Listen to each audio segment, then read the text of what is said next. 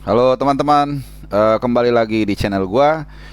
Di edisi kali ini gua akan membahas masih soal Manchester United ya, bukan hanya semata-mata kekalahan dari Brentford ya, atau juga kekalahan dua beruntun di partai pembukaan English Premier League, tapi juga mau membahas satu isu yang menarik ya, soal CR7 yang banyak disorot orang terkait dengan penampilan dia, attitude dia, dan juga tentunya tempat dia bermain, klub dia bermain ini yang sedang terjun bebas ya.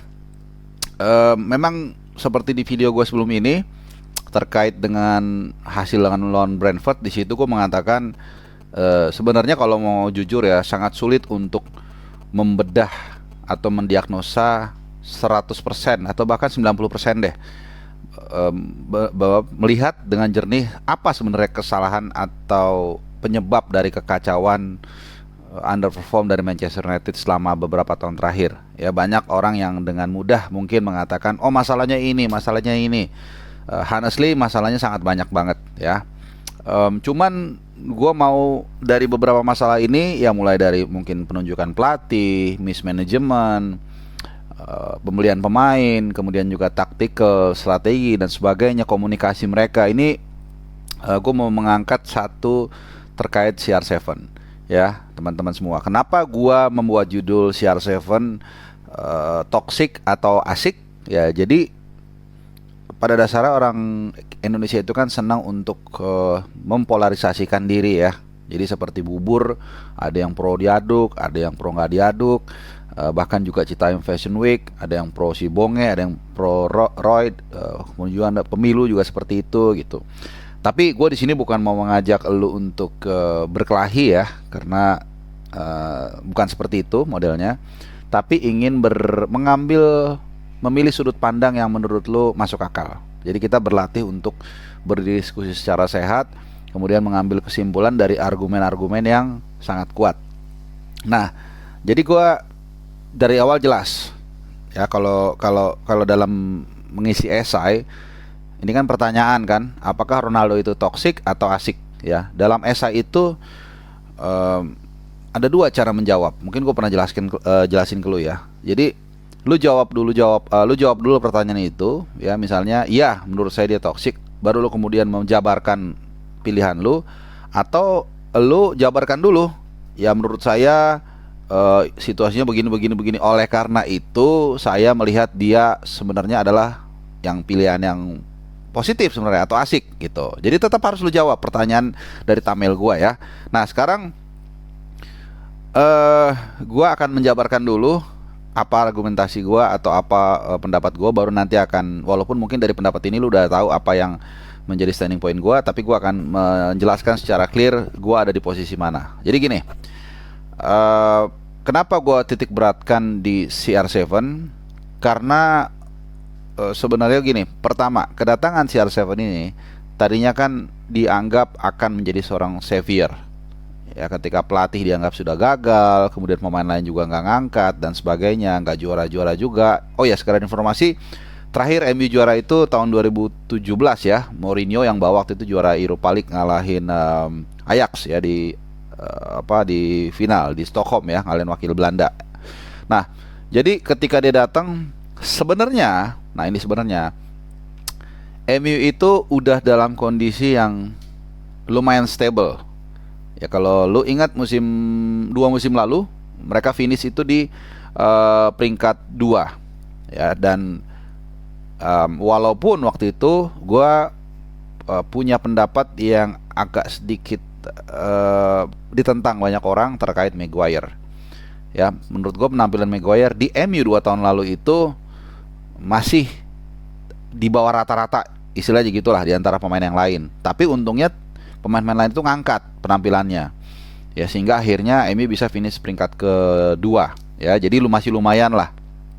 Nah, kemudian di musim berikutnya, musim kemarin ya, karena mungkin manajemen atau Ole Gunnar saat itu ingin mensegel juara Liga Inggris karena merasa udah makin naik nih kan performanya. Kalau nggak salah tuh coba kita lihat ya. Jadi dua tahun lalu kan finish peringkat 2 ya, 2020 2021 ya. peringkat 2 di bawah City. Nah, sebelumnya lagi 19-20 kan peringkat ketiga, ya kan?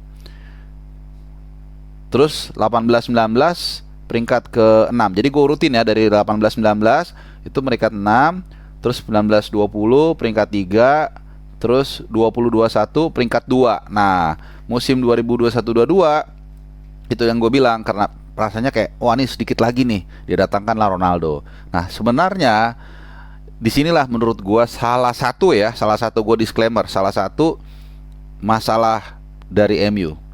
Jadi transfer pemainnya itu nggak pas, ya nggak pas. Ini gue mengingatkan gue ketika dulu tahun 95 kalau nggak salah, 95 atau 96 itu Newcastle itu udah on the track, dia mau juara sebenarnya. Kemudian sama dia datengin lah Faustino Asprilla dari Parma. Waktu itu Faustino Asprilla kalau lu ingat ini pemain yang mematahkan rekor tidak terkalahkan AC Milan waktu itu ya. Tapi ya ada dalam teori ya sebenarnya, dalam teori perang mengatakan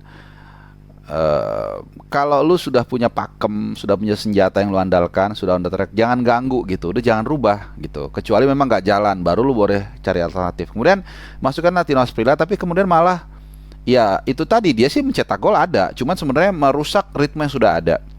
Dan akhirnya dibalap sama MU yang juara waktu itu 95 atau 96 lah sekitar segitu. Nah ini yang terjadi dengan MU musim lalu. Ya, gue udah pernah berkali-kali gue mengatakan dua musim lalu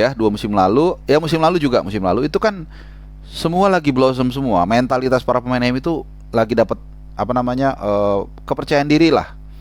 Ya, walaupun mereka finish peringkat 2 musim sebelumnya lagi gitu. Tapi mereka sepertinya sudah tinggal dekat lagi untuk juara. Datanglah Ronaldo. Nah, disinilah masalah muncul. Seperti yang gue pernah ulas di beberapa kesempatan, dia ini ibaratnya memberikan kontribusi 5 tapi juga mendegradasi 7 gitu. Intinya dia lebih banyak mudaratnya ya istilahnya ya, mudaratnya daripada manfaatnya gitu. Salah satunya ini akan gue bedah. Musim lalu tuh kalau lu ingat Greenwood itu waduh lagi gacor-gacornya. Tusukannya oke, umpannya juga bagus, finishing dengan kaki kirinya juga tajam, kemudian juga semangatnya juga ini nggak bisa tertahankan. Datanglah Ronaldo, ini yang gue bilang. Kemudian terpecah itu konsentrasi aliran bola. Ya Ronaldo bagaimanapun juga senior, legend. Ya orang segan, apalagi Bruno Fernandes ada di tengahnya. Mungkin ada rasa kayak wah ini senior gue di tim nasional Portugal dan sebagainya. Banyaklah bola dikasih ke Ronaldo. Tapi Ronaldo yang sekarang atau tahun lalu deh, itu kan beda dengan Ronaldo 5-10 tahun yang lalu, yang mungkin 3 peluang bisa 2 jadi gol. Nah sekarang udah enggak. Itu yang gue bilang, akhirnya kebuang-buang peluang. Memang dia mencetak gol, tapi mungkin perlu 3-4 peluang. Nah Greenwood di sisi lain merasa privilege selama ini diambil oleh orang yang oke, lu legend, lu pernah memberikan banyak hal untuk MU, tapi masa lu udah lewat. Sehingga akhirnya apa? Akhirnya dia juga sama, nggak mau kerja sama. Lo gue lebih berhak. Kira-kira mungkin itu yang kalau dia bisa ngomong. Dan entah apakah ini ada hubungannya dengan dia akhirnya melakukan kriminal ya, sex assault, gue nggak tahu. Mungkin ada tekanan atau stres, gue nggak ngerti. Dan akhirnya ya semakin from bad to worse situasi MU, dan akhirnya mereka musim lalu finish di peringkat ke-6 ya, zona Europa League. Nah balik yang kedua, Ronaldo kan ini sebenarnya agak sedikit repetitif ya, tapi nggak apa-apa. Dia itu tidak fit in dengan tactical high pressing saat ini. Ya ini yang gue bilang, dia nggak terlalu menyimpan tenaganya lah gitu istilahnya. Jadi ketika dia temennya pressing, dia nggak ikut pressing, akhirnya nggak maksimal pressingnya. Dan ini apa yang gue katakan ini, pernah gue bilang jauh sebelumnya, dan akhirnya dikonfirmasi oleh Rangnick setelah dia keluar dari MU ya.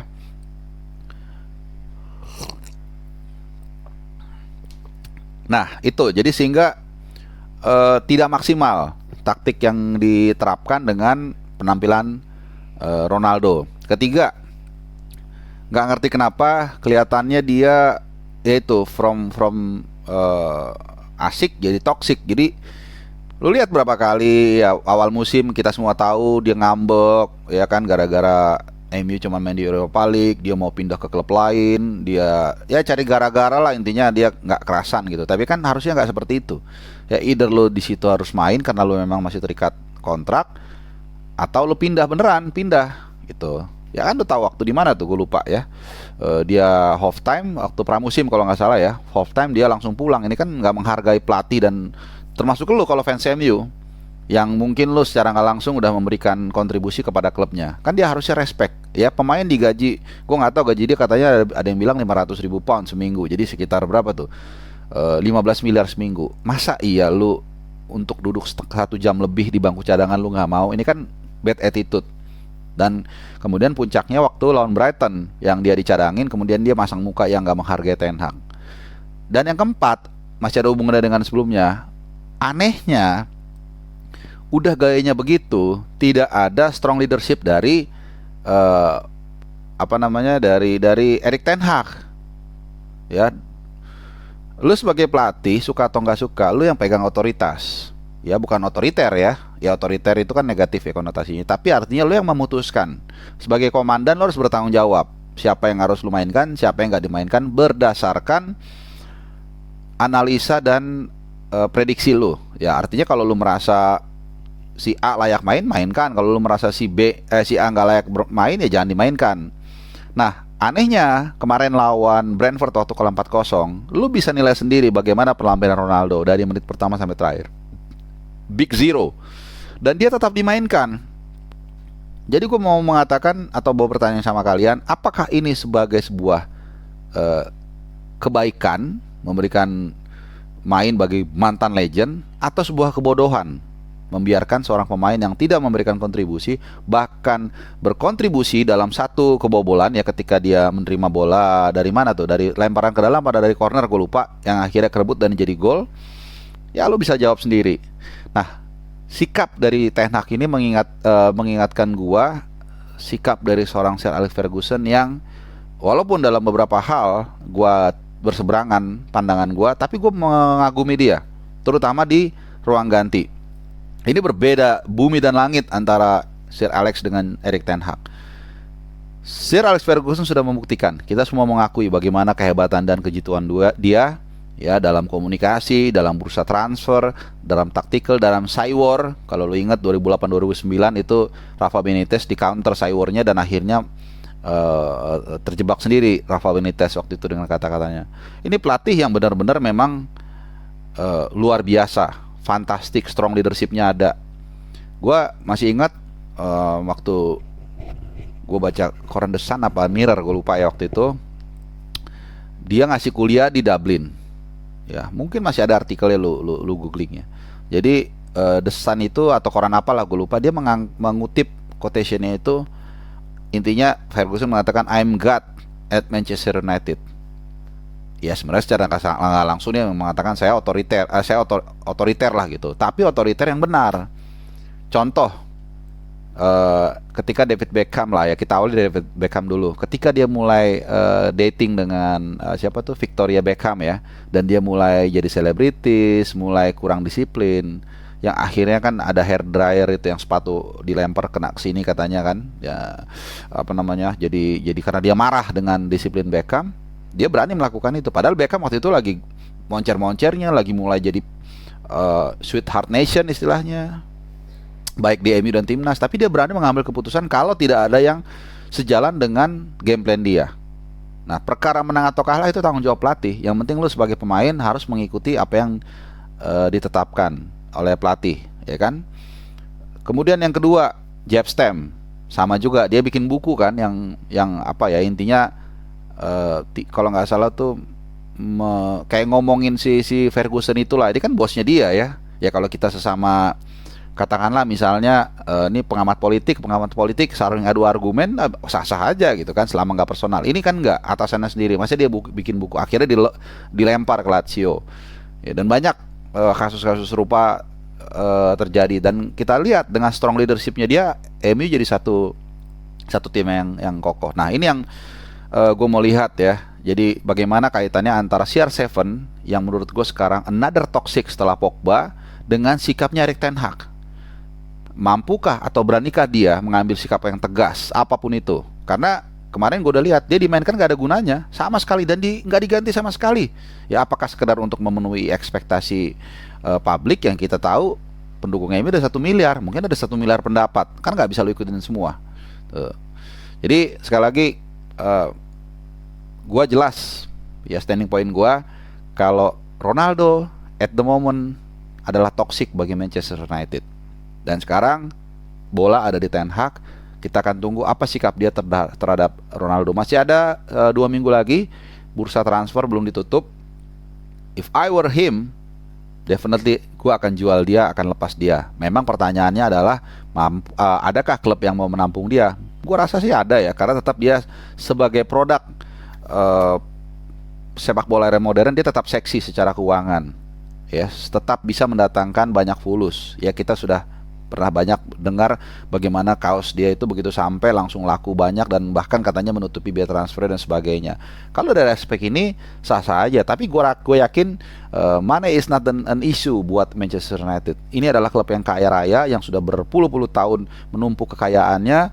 Jadi gue rasa yang mereka cari, dan lu juga kalau fans yang mendengar ini pasti lu nggak penting soal duit. Bukan nggak penting, tapi at the moment that's not the most important. Tapi bagaimana lu pengen bisa juara lagi.